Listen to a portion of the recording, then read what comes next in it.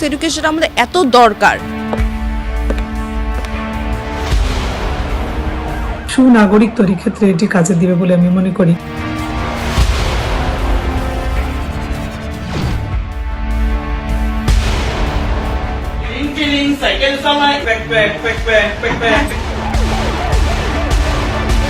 আলু ভর্তা ডিম ভাজি দিয়ে আমরা কি করব জীবনে? পঙ্গু জাতি তৈরি হবে, বাচ্চাগুলোর ভবিষ্যৎ পুরো ধ্বংস, ওদের মাথায় এখন আর কিচ্ছু নাই।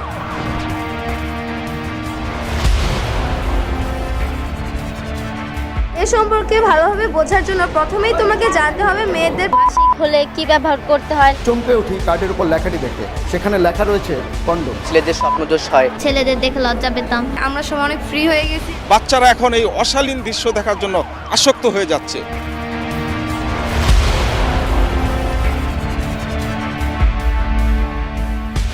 অচেনা এক বাংলাদেশের চিত্র এটা। আমাদের আজকের পাঠ্য বিষয় কি?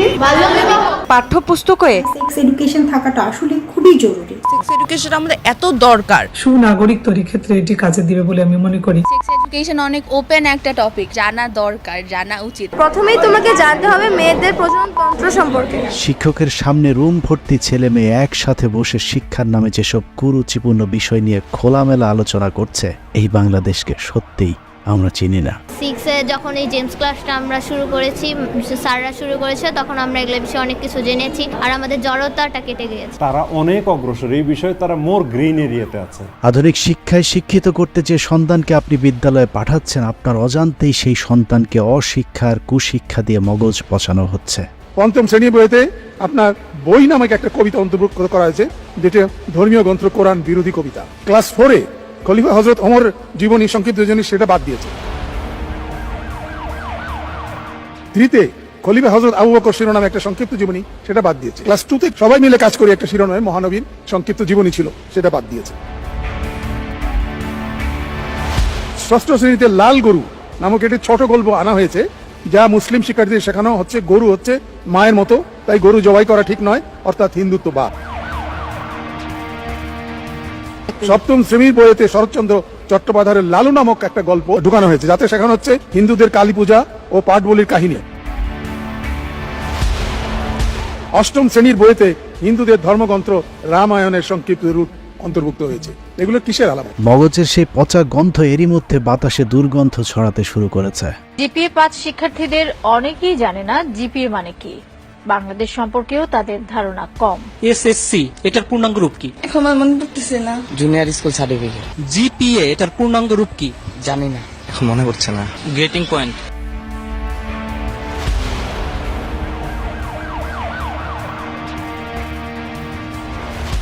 জাতি ধ্বংসের এক মহাপরিকল্পনার অংশ হিসেবে এদেশের শিক্ষা ব্যবস্থায় কালো থাবা বসানো হয়েছে।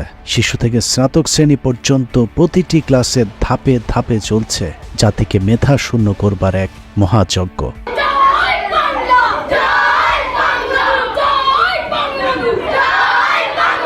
এই যজ্ঞ কতটা অযোগ্য এক ভবিষ্যৎ প্রজন্ম তৈরি করে যাচ্ছে, তা মাঝে মধ্যেই চোখ রাঙিয়ে জানান দিচ্ছে আমাদের ভবিষ্যৎ কতটা অন্ধকার।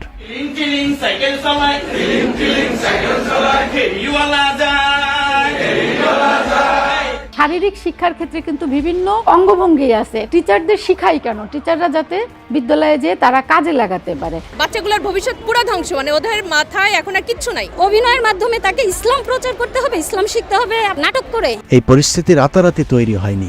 ভারতের প্রায় 80 বছরের পুরাতন মুসলিম বিরোধী পরিকল্পনার সাথে আওয়ামী লীগের টানা 15 বছরের বিরতিহীন ক্ষমতার সময়কাল মিলেমিশে ঘটিয়েছে এই ভয়ঙ্কর বিবর্তন।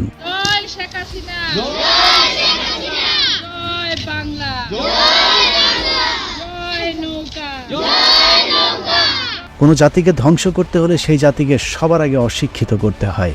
আমরা এখন শুধুই অশিক্ষিত নয়, সেই সাথে অশিক্ষার কুশিক্ষাও ঝেঁকে বসেছে আমাদের দূষিত মগজে। আসলে বসেছে বললে ভুল হবে, বসানো হয়েছে।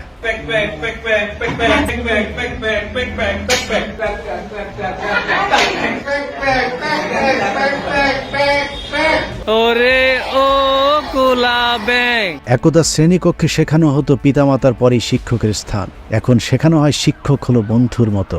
যে কারণে হিন্দি গানের তালে তালে তালগোল পেকে যাচ্ছে শিক্ষক আর শিক্ষার্থীর কার জায়গা কোথায়।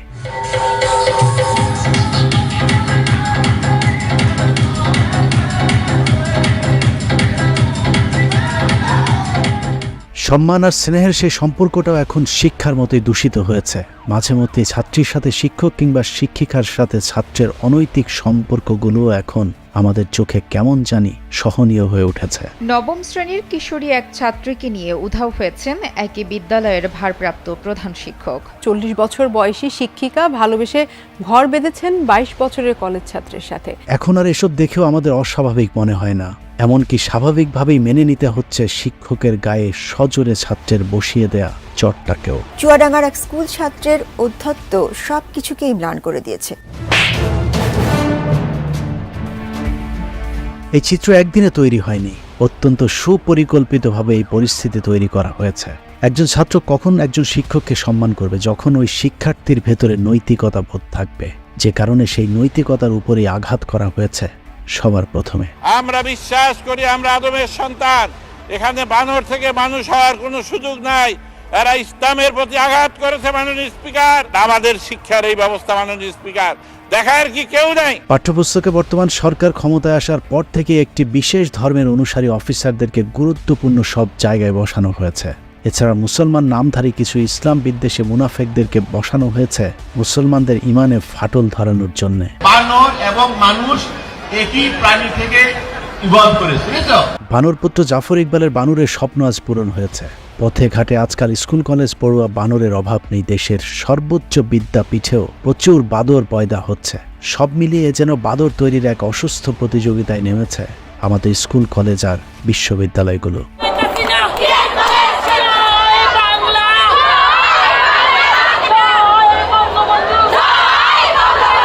ছোট ছোট শিশুদের মাথায় যৌন চিন্তা ঢুকিয়ে দিতে ষষ্ঠ সপ্তম শ্রেণীর বইতে মেয়েদের মাসিক বীর্যপাত সহ নানা ধরনের যৌন উত্তেজক বিষয় অন্তর্ভুক্ত করা হয়েছে।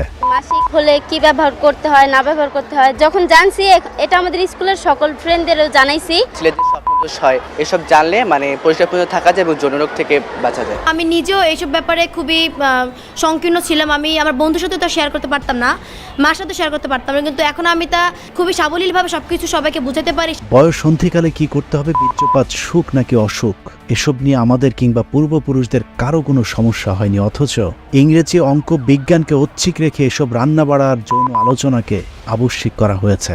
আমরা এগুলি চাই না। আমাদের মেন সাবজেক্ট হবে বাংলা, অঙ্ক, ইংলিশ, সমাজ বিজ্ঞান, আর ওগুলা হবে অপশনাল সাবজেক্ট। বাংলা, ইংলিশ, অঙ্ক যেই সাবজেক্টই বলেন, ওরা গান, নাচ আর অভিনয়, মানে প্রতিটা সাবজেক্টেই এগুলাই।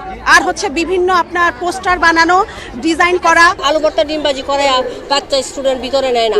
আমি আমার মেয়ের জন্য এই কারিকুলাম থেকে বাঁচার জন্য আপ্রাণ চেষ্টা করছি। ডাল ভাত রান্না করা এই কিছুদিন করে এসে জোর করে যে নাচতে পারে না তাকেও নাচানো হচ্ছে। পঙ্গু জাতি তৈরি হবে। একবারও কি ভেবে দেখেছেন কেন এমন হলো? কার স্বার্থে জাতিকে ধ্বংসের এমন আয়োজন চলছে? এই প্রশ্ন যতক্ষণ আপনাকে অস্থির করে না তুলবে ততক্ষণ পর্যন্ত আপনি সঠিক সমাধানে যেতে পারবেন না, কারণ এই ষড়যন্ত্র অত্যন্ত সূক্ষ্ম এবং গভীর।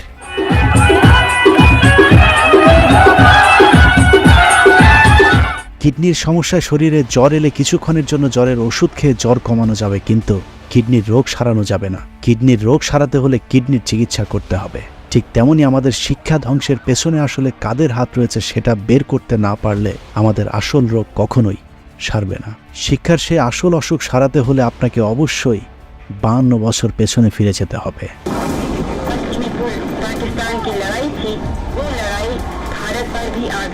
1971 সালের 3রা ডিসেম্বর ভারতের যৌথ বাহিনীর হামলায় 9 মাসের যুদ্ধে ক্লান্ত পাকিস্তানি সেনারা যখন নাস্তানাবুদ, তখন নতুন কোনো অপারেশন তো দূরের কথা, নিজেদের বেঁচে থাকাই ছিল দুষ্কর।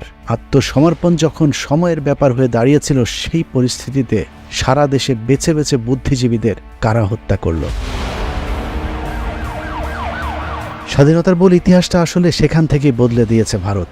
একটু লক্ষ্য করলেই দেখবেন 14 ডিসেম্বর যারা হত্যাকাণ্ডের শিকার হয়েছিলেন তাদের কেউ মুক্তিযুদ্ধে যায়নি। এদের সকলেই পুরো মুক্তিযুদ্ধের 9 মাস পাকিস্তান সরকারের সুযোগ সুবিধা নিয়ে চাকরি করেছে। তাহলে তাদেরকে কেন পাকিস্তানিরা মারবে? যদি তর্কের খাতিরেও ধরে নেওয়া যায় পাকিস্তান বাংলাদেশকে বুদ্ধিজীবী শূন্য করতে চেয়েছে, তাহলে শেখ মুজিবকে কেন তারা হত্যা করল না? আসলে বুদ্ধিজীবীদেরকে হত্যা করেছে ভারতীয় গোয়েন্দা সংস্থা। আপনি যদি 14 ডিসেম্বরে নিহত বুদ্ধিজীবীদের তালিকা দেখেন তাহলেই বুঝে যাবেন আসলে তাদেরকে কারা হত্যা করেছে। বুদ্ধিজীবী হত্যাকাণ্ডের শিকার ব্যক্তিদের নিয়ে এখন রক্ত গরম করা বক্তব্য দেয়া হলেও চেতনাধারীদের সংজ্ঞায় আপনি যদি বুদ্ধিজীবীদেরকে হিসেব করেন তাহলে সেই হত্যাকাণ্ডের শিকার সবাই ছিল রাজাকার, অর্থাৎ পাকিস্তানকে সহায়তাকারী। আমি স্মরণ করি আমার বাবা শহীদ শহীদুল্লাহ কায়সার সহ সকল বুদ্ধিজীবী শহীদদের, যারা বেঁচে থাকলে অনেক আগেই জননেত্রী শেখ হাসিনার হাত শক্ত হতো। বুদ্ধিজীবী হত্যাকাণ্ডের সবচেয়ে আলোচিত নাম মনির চৌধুরী শহীদুল্লাহ কায়সার জীবনের শেষ দিনেও কর্মক্ষেত্রে গিয়েছিলেন। এছাড়া সিরাজুল হক খান, ডাক্তার মোহাম্মদ ফজলে রাব্বি, ডাক্তার আজহারুল হক, আলতাফ মাহমুদ কেউই মুক্তিযুদ্ধে যাননি। ডাক্তার আলিম চৌধুরীর মেয়ে ডাক্তার নুসরাত চৌধুরী মাইক সামনে পেলেই এখন বিলাপ শুরু করেন। তার বাবা নাকি বিরাট মুক্তিযুদ্ধের পক্ষের বুদ্ধিজীবী ছিল। আমাদের বাবারা চলে গেছেন মাথা উঁচু করে সুন্দর সোনার বাংলা দেখব বলে। আমাদের এই ত্যাগ আমরা কিন্তু হাসি মুখে মেনে নিয়েছি। বাবার জন্য সন্তানের মায়া থাকা স্বাভাবিক, কিন্তু তার কথা শুনলে মনে হয় তার বাবাই যেন বাংলাদেশটাকে রক্ত দিয়ে স্বাধীন করেছে। বাস্তবতা হলো মৃত্যুর আগের দিন পর্যন্ত পাকিস্তানি সেনাদের চোখের চিকিৎসা করে গেছেন ডাক্তার আলিম চৌধুরী। তাহলে ডাক্তার নুসরাত চৌধুরীর বাবা আলিম চৌধুরী কিভাবে মুক্তিযোদ্ধা কিংবা শহীদ বুদ্ধিজীবী হলেন? চেতনাধারীদের সংজ্ঞা অনুযায়ী তিনি একজন রাজাকার ছিলেন। পতাকায় যে লাল অংশটা আছে ওখানে আমার বাবার একটু রক্ত আছে, সে তার সমগ্র রক্ত দিয়ে ওই পতাকাটা আপনাদেরকে দিয়ে গেছে।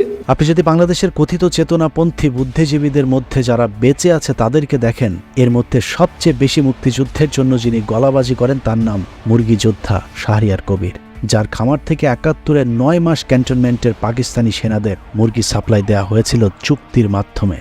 সরাসরি মুক্তিযুদ্ধে যারা বিরোধিতা করেছে তারা আজকাল স্বাধীনতা প্রেমী। আমি কাদের সিদ্দিকীর মতো বীরুত্তম বীর বিক্রম মুক্তিযোদ্ধা ছিলাম না, আমি অতি নগণ্য একজন মুক্তিযোদ্ধা ছিলাম। প্রশ্নই ওঠে না, শারীরিক মুক্তিযোদ্ধা না, রাদার হি ওয়াজ রাজাকার।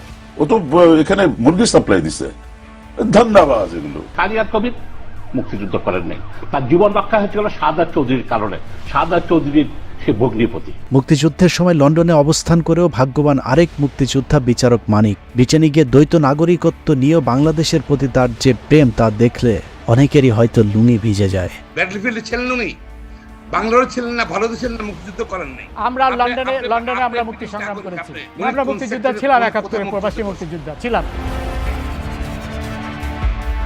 2018 সনে আইন করেছে সরকার যে যারা প্রবাসে মুক্তি সংগ্রামে অংশ নিয়েছে তারাও মুক্তিযোদ্ধা। করার জন্য মুক্তিযোদ্ধা মন্ত্রী পদত্যাগ করা উচিত। আগেই বলেছি, মুক্তিযুদ্ধে বাংলাদেশের আবেগকে কাজে লাগানোর জন্য ইতিহাসকে চরমভাবে বিকৃত করেছে ভারত। ভারতের ভূমিকা অনেকটা সাপ হয়ে দংশন আর ওজা হয়ে ছাড়ার মতো। পাকিস্তানপন্থী বুদ্ধিজীবীদের হত্যা করে বাংলাদেশিদের মাঝে পাকিস্তান বিরোধী সেন্টিমেন্ট তৈরি করা হয়েছে, আর ধান্দাবাজ কিছু লোকজনের হাতে মুক্তিযুদ্ধের চেতনার দণ্ড তুলে দিয়েছে ভারত। আপনি যদি উইকিপিডিয়াতেও একটু লক্ষ্য করেন তাহলেও দেখবেন বুদ্ধিজীবী হত্যাকাণ্ডের শিকার সবাই পাকিস্তানপন্থী ছিলেন। তাদের কেউ কখনো পাকিস্তানকে আলাদা করতে চায়নি। ধরুন 14 ডিসেম্বর হত্যাকাণ্ডের শিকার বুদ্ধিজীবীদের অন্যতম একজন সাংবাদিক সেলিনা পারভিন সম্পর্কে নানা ধরনের গল্প বাজারে ছাড়া হয়েছে, অথচ সাংবাদিক সেলিনা পারভিনের বিখ্যাত শিলালিপির সবশেষ খণ্ড বের হয়েছিল 1971 সালের অক্টোবর মাসেও, অর্থাৎ পুরো যুদ্ধের সময়ই তিনি তার সাপ্তাহিক এই পত্রিকাটি প্রকাশ করেছিলেন। তার লেখালেখির ব্যাপারে পাকিস্তানের কিছু পরামর্শ থাকলেও তার এই সাপ্তাহিকটি কখনোই নিষিদ্ধ হয়নি, বরং ডিসেম্বরে তার পরবর্তী সংখ্যা বের করবার জন্য প্রস্তুতি চলছিল। অথচ সেই সাংবাদিক সেলিনা পারভিনকেও আমরা এখন শহীদ বুদ্ধিজীবী বলছি। সেলিনা পারভিন সবসময় সম্পাদনা করেছেন। সেলিনা পারভিন প্রগতিশীল আন্দোলনগুলির সঙ্গে যুক্ত ছিলেন, সুতরাং তিনিও একটা চোখে পড়ার মতো ছিলেন, তাকেও হত্যা করা হয়েছে। তারপরও 52 বছরের পুরানো ময়লা স্তূপে ঢেকে যাওয়া ইতিহাস হয়তো একেবারে স্বচ্ছ পানির মতো পরিষ্কারভাবে বোঝানো সম্ভব না। তবে বুদ্ধিজীবী হত্যাকাণ্ড কারা ঘটিয়েছিল তা বোঝার জন্য জহির রায়হানের গুম হয়ে যাওয়ার ঘটনাটাই যথেষ্ট।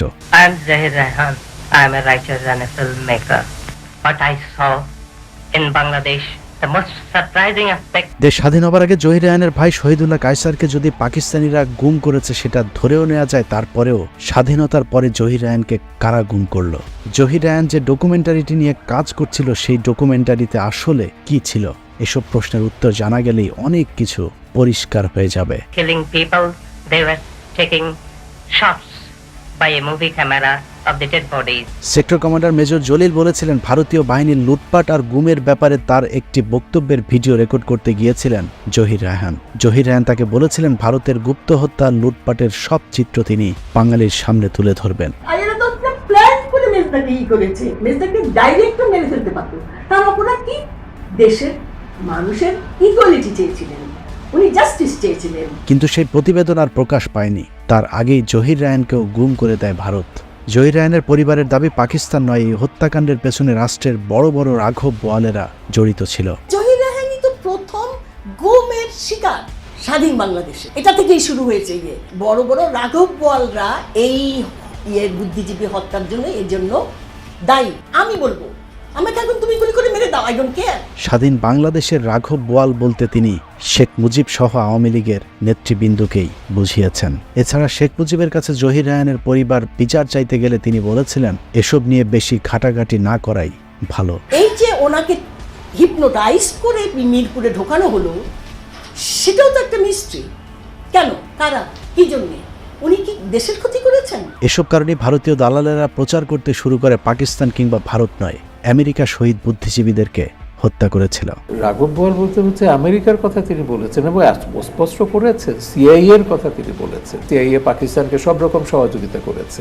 এরা নিজে কিন্তু বামপন্থী চিন্তায় বিশ্বাস করতেন। বাংলাদেশে মুক্তিযুদ্ধের ইতিহাস বিকৃতি শুরু হয় শেখ মুজিবের হাত ধরে। মুক্তিযুদ্ধের পর পাকিস্তান থেকে শেখ মুজিব লন্ডনে যাবার পর প্রথম সাংবাদিক হিসেবে সাক্ষাৎ নেওয়া বিবিসির সাংবাদিক সিরাজুর রহমান জানিয়েছিলেন কিভাবে ৩ লাখকে শেখ মুজিব ৩০ লাখ বানিয়েছিল। আমরা সাংবাদিকদের মোটামুটি বলেছি এই পর্যন্ত প্রায় ৩ লাখ বাংলাদেশ মারা গেছে। উনি ওইটা যে ৩ মিলিয়ন বলে ফেলেছিলেন, আসলে সেটা মারা যায়নি। শেখ মুজিব ৩ মিলিয়ন বা ৩০ লাখের পাশাপাশি ১ মিলিয়ন বা ১০ লাখের কথাও বিভিন্ন জায়গায় বলেছিলেন।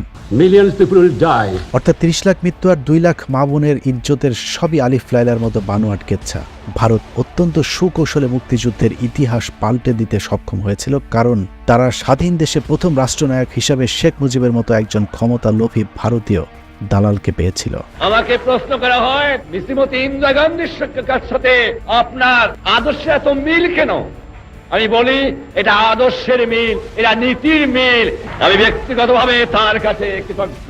ভারতের আজ্ঞাবহ ভৃত্য মুজিবের হাত ধরে বাংলাদেশের শিক্ষা ব্যবস্থার ধ্বংস শুরু করে ভারত। ওই সময়ে বাংলাদেশের অনেক মেধাবী কবি সাহিত্যিক থাকলেও ভারতীয় কবি সাহিত্যিকদের লেখা গল্প কবিতাকে প্রাধান্য দিয়ে রচিত হয় স্বাধীন বাংলাদেশের প্রথম পাঠ্যপুস্তক। আমাদের নজরুল, জসিমউদ্দিন, ডক্টর শহীদুল্লাহদের মতো অতি আশ্চর্য মেধাবী মানুষেরা থাকতেও সবার উপরে জায়গা করে দেওয়া হয়েছিল রবীন্দ্রনাথকে।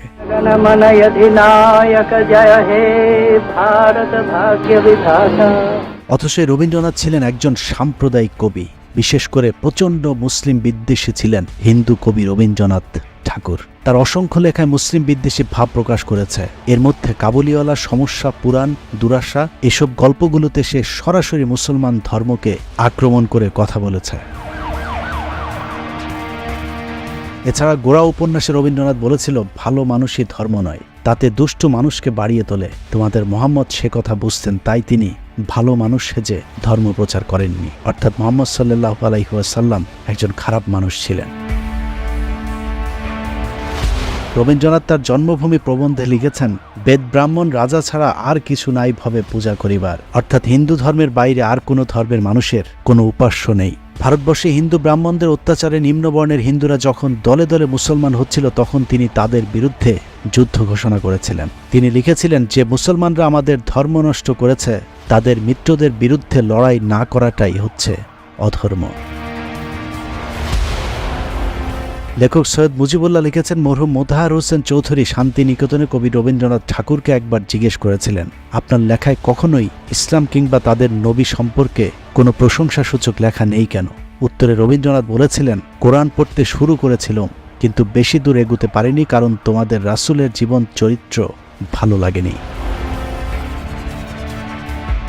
রবীন্দ্রনাথ ছিল অত্যন্ত তেলবাজ একজন লেখক, যে কারণে ভারতবর্ষে যখন ইংরেজদের বিরুদ্ধে আন্দোলন চলছিল, তখন সে ইংরেজদের পদলোহন করে নোবেল প্রাইজ বাগিয়ে নিয়েছিল।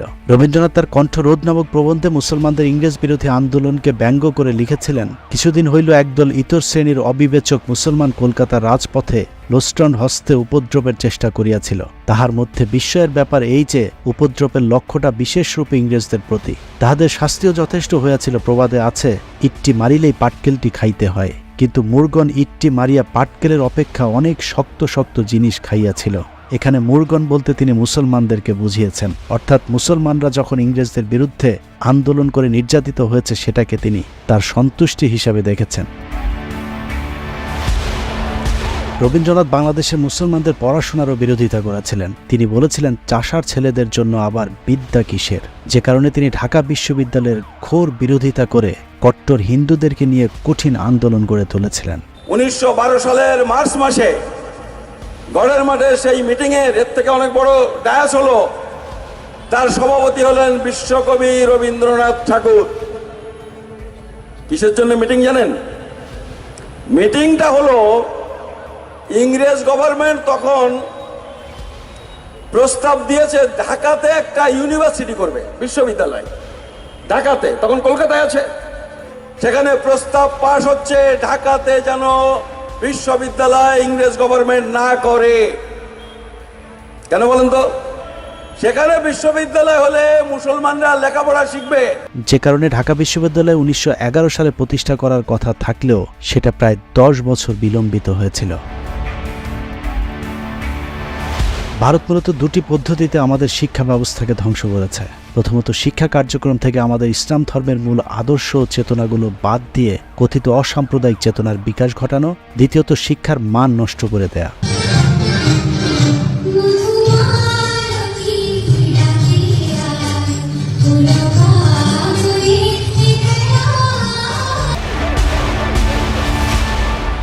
প্রথমে আমি ঘুমাবো,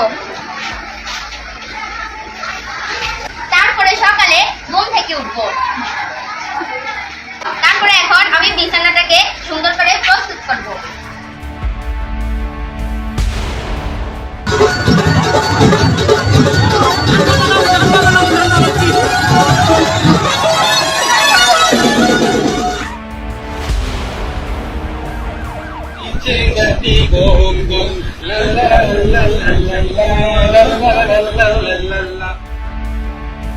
শেখ মুজিবের হাত ধরে ভারত প্রথমে বাংলাদেশের শিক্ষা ব্যবস্থা থেকে ইসলামকে আলাদা করে দেয়, কারণ ভারত জানে ইসলামী মূল্যবোধই বাংলাদেশের মানুষের ঐক্যের সবচেয়ে বড় শক্তি। আপনি যদি ঢাকা বিশ্ববিদ্যালয়ের লোগো লিখে গুগলে সার্চ করেন তাহলে মোট 4টি লোগো পেয়ে যাবেন। প্রথম লোগোটি ব্রিটিশ আমলের 1921 থেকে 1952 পর্যন্ত।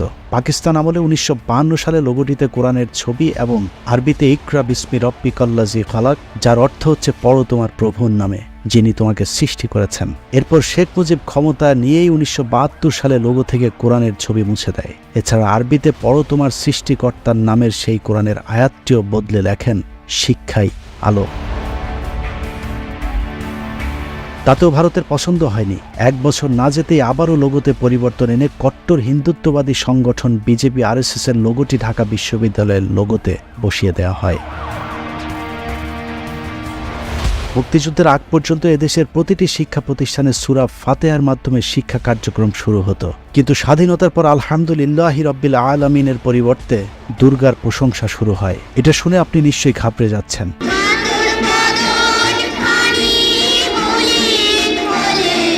বাংলাদেশের শিক্ষা প্রতিষ্ঠানের অপরাজনীতির শুরু হয় শেখ মুজিবের হাত ধরে। 1972 থেকে 75 সাল ঢাকা বিশ্ববিদ্যালয় ছিল অপরাজনীতির কেন্দ্রবিন্দুতে।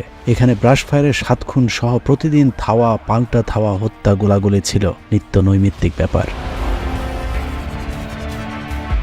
স্বয়ং রাষ্ট্রপ্রধানের পুত্রের গুন্ডামি, মাস্তানি, লুটপাট, টেন্ডারবাজি, ব্যাংক ডাকাতি ঠেকাতে ক্লান্ত হয়ে পড়েছিল গোটা রাষ্ট্র ব্যবস্থা।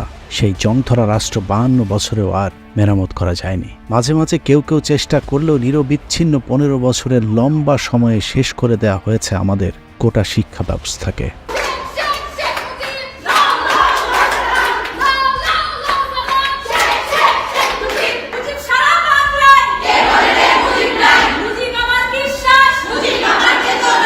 ছোট ছোট শিশুদেরকে স্কুলে এখন শেখানো হচ্ছে ডিম ভাজি, ভাত রান্না, বিছানা গুছানো, বাথরুম পরিষ্কার থেকে শুরু করে হাস্যকর সব কর্মকাণ্ড।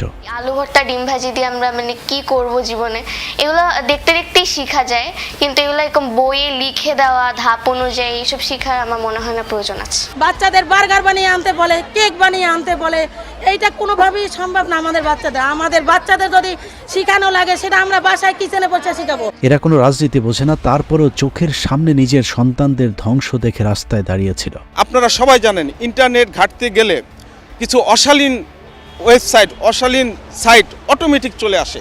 বাচ্চারা এখন এই অশালীন দৃশ্য দেখার জন্য আসক্ত হয়ে যাচ্ছে। এখন একটা 7-এর বাচ্চাকে যদি আমি a+b² কি জিজ্ঞেস করি, সে যদি কিছুই না পারে, আমি যদি তাকে 2-একটা গুণ জিজ্ঞেস করি সে না পারে, ভাগ জিজ্ঞেস করলে না পারে, তাহলে তাকে কি গণিত শেখাবো? আমরা আগে বাচ্চাদের গাইড করতে পারতাম, ইভেন এখন সেটা পারছি না। টিচাররাও তাদেরকে ওভাবে পড়াতে পারছে না, টিচাররাও বলছে যে আমরা কিভাবে পড়াবো। সাধারণ যে গুণ, যোগ বিয়োগ, গুণ ভাগ এগুলো ভুলে গেছে। তার যে প্লাস মাইনাসে মাইনাস হয়, এই যে সূত্রগুলো, বীজগণিতের বেসিক যে সূত্রগুলো, এগুলোও সে ভুলে গেছে। কিন্তু তাদের উপর চালানো হয়েছে অবর্ণনীয় নির্যাতন। আমাকে পুলিশে দাঁড়াতে দিচ্ছে না, এইটা কেন তারা আইনের বিধি লঙ্ঘন করছে, আমি এই জবাব চাই। জাতি ধ্বংস করা এরকম শিক্ষা ব্যবস্থার বিরুদ্ধে গেল বুধবার প্রতিবাদ নয়, একটু আলোচনার আয়োজন করেছিল ঢাকা বিশ্ববিদ্যালয়ের শিক্ষকদের একাংশ, যারা এখন পর্যন্ত কারো কাছে মাথা বিক্রি করেনি। কিন্তু তাদের সে উদ্দেশ্য সফল হয়নি। শেখ হাসিনার পুলিশ সেটাও করতে দেয়নি, কারণ শিক্ষা ব্যবস্থা ধ্বংসের এই পরিকল্পনা ভারত থেকে এসেছে। এর বিরুদ্ধে কোনো ধরনের আলোচনা সমালোচনা চলবে না। জাতীয় শিক্ষাক্রম 2021 নিয়ে কেন উদ্বিগ্ন? এই দেশের শিক্ষায় অনেক সমস্যা, তার মধ্যে কারিকুলাম এটা হলো লাস্ট সমস্যা। এই সেমিনারটি ঢাকা বিশ্ববিদ্যালয়ের আরসি মজুমদার মিলনায়তনে হওয়ার কথা থাকলেও উপরের নির্দেশে শেষ মুহূর্তে তা বাতিল করে দেয় বিশ্ববিদ্যালয় কর্তৃপক্ষ। তাদের রাজনৈতিক দেউলিয়াতের প্রকাশ। খোদ সরকারের একজন মন্ত্রী বলেছেন, নতুন এই শিক্ষা ব্যবস্থা নিয়ে নাকি সরকারের ভেতরে, বাইরে কিংবা সংসদে কোথাও কোনো আলোচনাই হয়নি। তাহলে প্রশ্ন হলো, এই শিক্ষা ব্যবস্থা তাহলে কোত্থেকে এলো? এখন একটা শিক্ষা ব্যবস্থা এসেছে, হেসে খেলে পড়াশোনা, পরীক্ষা দিতে হবে। আমাদের পার্লামেন্টেও আলোচনা হয় নাই, আমাদের ক্যাবিনেটেও আলোচনা হয় নাই। একটা আলোচনা সভা তো করলেন না, একটা কর্মশালাও আপনারা করলেন না। হাস্যকর মনে হলেও এটা অত্যন্ত আতঙ্কের একটি বিষয়। একটি জাতিকে মেরুদণ্ডহীন করে দেওয়ার এক গভীর ষড়যন্ত্র। আধুনিকায়নের নামে বিজ্ঞানহীন এক নাচ গানময় টিকটকার জাতি তৈরির দিকে এগিয়ে যাচ্ছে আমাদের গোটা শিক্ষা ব্যবস্থা। নাটক ভালো পারে তাকে আলাদা করে দেখা হচ্ছে, সে গান করে ভালো পারে তাকে আলাদা করে দেখা হচ্ছে, সে আর্ট ভালো পারে তাকে। একটা ভালো বাচ্চা কিন্তু সে ভালো আর্ট নাও করতে পারে। এখনকার পড়াশোনা কি বেনিফিট? আমার কাছে তো কোনো বেনিফিট মনে হচ্ছে না। দেশের সব প্রতিষ্ঠান অকার্যকর হয়ে পড়েছে। গোটা দেশটাই যেন এখন রাজনীতিবিদ তৈরির কারখানায় পরিণত হয়েছে। শিক্ষক, চিকিৎসক, শিল্পী, খেলোয়াড়, ব্যবসায়ী, পুলিশ, সেনাবাহিনী সকলের এখন একটাই স্বপ্ন, সংসদে একটা আসন পাওয়া। কারণ এটাই এখন সবচেয়ে লাভজনক ব্যবসা। এই ব্যবসায় কোনো মেধা কিংবা পুঁজির প্রয়োজন নেই, শুধু জয় বাংলা স্লোগান দেয়া শিখলেই আপাতত চলবে। আমাকে যদি বলা হয় যে আপনি যুবলীগের দায়িত্ব নিতে পারবেন কিনা, আমি সাথে সাথে উপাচার্য বা চাকরি চাকরি দিয়ে আমি এটার দায়িত্ব নিব। এসব কারণেই একসময়ের প্রাচ্যের অক্সফোর্ড খ্যাত ঢাকা বিশ্ববিদ্যালয় এখন র্যাঙ্কিংয়ে এশিয়ার 100 বিশ্ববিদ্যালয়ের তালিকাতেও নেই। ভারত চায় আমাদের দেশের শিক্ষার্থীরা স্কুল কলেজে গিয়ে বাথরুম পরিষ্কার শিখে মধ্যপ্রাচ্যে গিয়ে আরব শেখদের বাথরুম পরিষ্কার করে রেমিটেন্স পাঠাবে। আর ভারতীয়রা বিজ্ঞান ভিত্তিক পড়াশোনা করে আমাদের দেশে বড় বড় পদগুলোতে চাকরি করে সেই রেমিটেন্স তাদের দেশে নিয়ে যাবে। এভাবেই বাংলাদেশ এখন ভারতের দ্বিতীয় সর্বোচ্চ রেমিটেন্স প্রাপ্তির দেশ। অচিরেই 1 নম্বরে উঠে আসার অপেক্ষায় শেখ হাসিনার কথিত স্বামী নরেন্দ্র মোদী।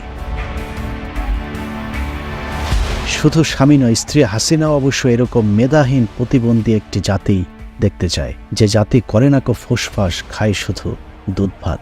হাজার অত্যাচার নির্যাতন সহ্য করেও যারা প্রতিবাদ করবে না, যে জাতিকে কথিত নিজস্ব বঙ্গবন্ধু স্যাটেলাইট বানানোর কথা বলে 4000 কোটি টাকা হাতিয়ে নেওয়া যায়, $50 বিলিয়ন উন্নয়ন করে যে জাতির মাথায় $250 বিলিয়ন বিদেশি লোন চাপিয়ে দেয়া যায়, এরকম একটি জাতি শেখ হাসিনার পিতা স্বপ্নে দেখেছিল।